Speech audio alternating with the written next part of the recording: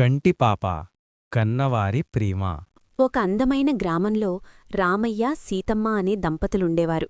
వారికి ఒకే ఒక కొడుకు, పేరు కిరణ్. రామయ్య పగలూ రాత్రి కష్టపడి పొలం పనులు చేసేవాడు. సీతమ్మ ఇంటిని చక్కదిద్దుతూ కిరణ్ను ఎంతో గారబంగా పెంచేది. ఒకరోజు అకస్మాత్తుగా కిరణ్కు తీవ్రమైన అనారోగ్యం చేసింది. గ్రామంలోని వైద్యులు అది పెద్ద జబ్బు అని నగరానికి తీసుకెళ్లాలని చెప్పారు. రామయ్య దగ్గర అంత డబ్బు లేదు. కాని తన కొడుకు ప్రాణం కోసం తనకున్న కొద్దిపాటి పొలాన్ని అమ్మి కిరణ్ను నగరంలోని పెద్ద ఆస్పత్రిలో చేర్పించాడు. ఆస్పత్రిలో ఉన్నన్ని రోజులు సీతమ్మ కంటిమీద కునుకు లేకుండా కొడుకు పక్కనే కూర్చుని సేవలు చేసింది.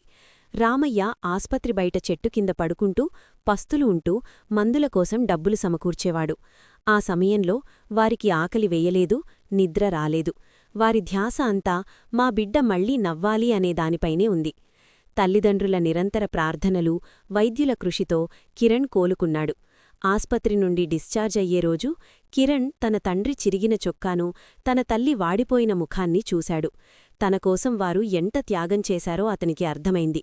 కిరణ్ కళ్లలో నీళ్లతో, నాన్నా, మనం పొలం కోల్పోయాం కదా, ఇప్పుడెలా అని అడిగాడు. రామయ్య నవ్వుతూ, పొలం పోతే మళ్లీ సంపాదించుకోవచ్చు నాన్నా, కాని నువ్వు లేకపోతే మాకీ ప్రపంచమే లేదు. నువ్వు ఆరోగ్యంగా ఉండటమే మాకు పెద్ద ఆస్తి అన్నాడు.